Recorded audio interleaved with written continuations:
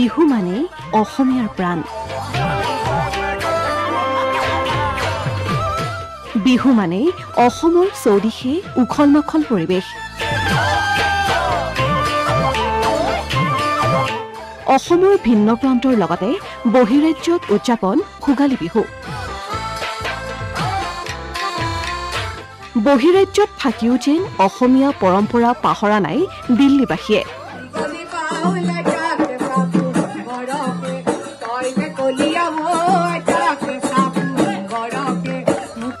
দিল্লীবাসী অসমীয়াই উলহ মালহেৰে পালন কৰিলে হেঁপাহৰ ভোগালী বিহু। অসমৰ ভিন্ন প্ৰান্তৰ গাঁৱে ভূঞে চহৰে নগৰে দেখিবলৈ পোৱা গৈছে ভোগালীৰ ব্যাপক উৎসাহ।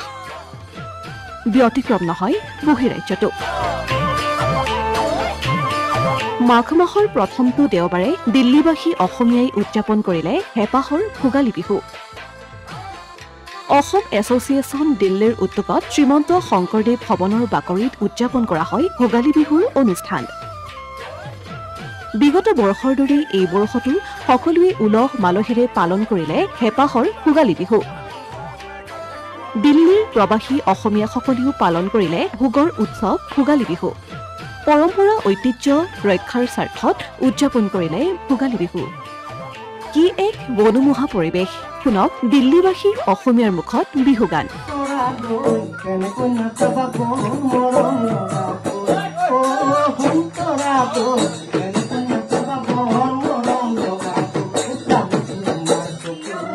বিহুৰ তালে তালে এপাক নাচি আনন্দ উল্লাস কৰিছে দিল্লীত বাস কৰা অসমীয়াসকলে।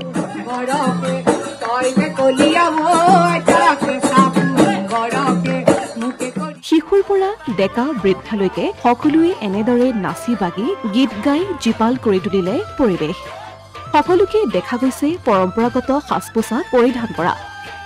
লগতে অনুষ্ঠিত হৈছে খেল ধেমালিও। মেজি প্ৰজ্বলনৰ পৰা পৰম্পৰাগত খেল ধেমালি সকলো অনুষ্ঠিত কৰা হয়। খেল ধেমালিত সকলোৱে অংশগ্ৰহণ কৰি এক আনন্দময় পৰিৱেশৰ সৃষ্টি কৰিছে। আজি আমাৰ বৰ ধুনীয়াকে আয়োজন হৈছে। চবতকে আমাক বতৰে আমাৰ লগ দিছে, এইটোৱে আমাৰ বহুত এটা সৌভাগ্য। কাৰণ এইকেইদিন যিটো ঠাণ্ডা পৰিছিল দিল্লীত, আমাৰ অলপ ভয়ে আহিছিল আজি বতৰটো কেনেকুৱা, কিন্তু ৰাতিপুৱাৰ পৰা ইমান ধুনীয়াকে ৰ'দ দিছে। গতিকে আমি যিমানখিনি এক্সপেক্ট কৰিছো মানুহ আহিছে। ৰাতিপুৱা আমাৰ ফ্লেগ হোষ্টিং হ'ল। ফ্লেগ হোষ্টিঙতো আমাৰ বহুত মানুহখিনি হৈছে। তাত আমাৰ আছাম এছ'চিয়েশ্যনৰ দিল্লী আমি ফ্লেগ হোষ্ট কৰোঁ। তাৰপিছত আমি দিল্লীত মেজি জ্বলালো। মেজিটো বহুত মানুহ আহি হৈছে, বহুত ফূৰ্তি হ'ল। তাত আমাৰ বিহু নাচো হ'ল, গানো গালে মানুহে ৰাইজে।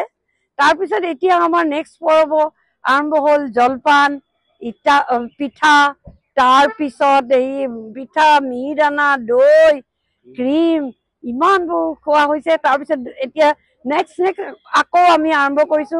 তাত কাঠআলু আছে, আলু ফ্ৰাই আছে, মোৱা মাছৰ ভাজি আছে, বহুত একট্ৰেক্টিভ। তাৰপিছততো দুপৰীয়া সাজ আছেই, সেইটোতো আমাৰ চবতকে আমাৰ প্ৰিয়। গোটেইখিনি মানুহ অহা দেখি বৰ ভাল লাগিছে। এতিয়ালৈকে আমাৰ 300 মানুহ গোট খাইছে। আমি আৰু এক্সপেক্ট কৰিছো 100 আহিব বতৰটো দেখি। ইফালে ভোগালী বিহুৰ বিশেষ দৈ, ক্ৰীম, জলপানকে ধৰি পিঠা পনাৰো সোৱাদ ল'লে দিল্লীবাসী অসমীয়াই। প্ৰস্তুত কৰিছে ভিন্ন তৰহৰ ব্যঞ্জন। কাঠ আলু, মোৱা মাছ, আলু পিটিকাকে ধৰি সৰু ডাঙৰ মাছ, খাহী মাংস, মুৰ্গী মাংস, পনীৰৰ লগতে বিভিন্ন খাদ্যৰ জুতি ল'লে সকলোৱে। সকলোৰে মুখত যেন জিলিকি উঠিছে হাঁহি। দিল্লীত বাস কৰা 4 শতাধিক অসমীয়া লোকে এনেদৰে পালন কৰিলে অসমীয়াৰ প্ৰাণৰ অন্যতম ভোগালী বিহুটি। অসমীয়াৰ পৰম্পৰাক ভৱিষ্যতেও ধৰি ৰখাৰ চেষ্টা দিল্লীবাসীৰ। নৱপ্ৰজন্মক বিহুৰ বিষয়ে অৱগত কৰোৱাৰ বাবে আহিবলগীয়া বছৰসমূহতো এনেদৰে উদযাপন কৰিব বিহু। ঠিকে কৈছে, ভোগালীৰ যিটো ৰং ৰহস্য সেইটো আমি প্ৰবাসত থাকি তাৰ এটা অনুভৱ কৰাৰ কাৰণে এই অনুষ্ঠান। দিল্লীত পৰম্পৰাগতভাৱেই দিল্লী অসম এছ'চিয়েশ্যনৰ উদ্যোগত দিল্লীত আমি ইয়াতে অনুষ্ঠিত কৰি আহিছোঁ আৰু সেই পৰম্পৰা ৰক্ষা কৰি এই বছৰো আমি এই অনুষ্ঠান আমাৰ এই ভোগালী উদযাপন অনুষ্ঠান অনুষ্ঠিত হৈছে। আজি দিনজোৰা কাৰ্যসূচীৰে এই অনুষ্ঠান আমি ইতিমধ্যে আমাৰ সভাপতিয়ে কৈছেই।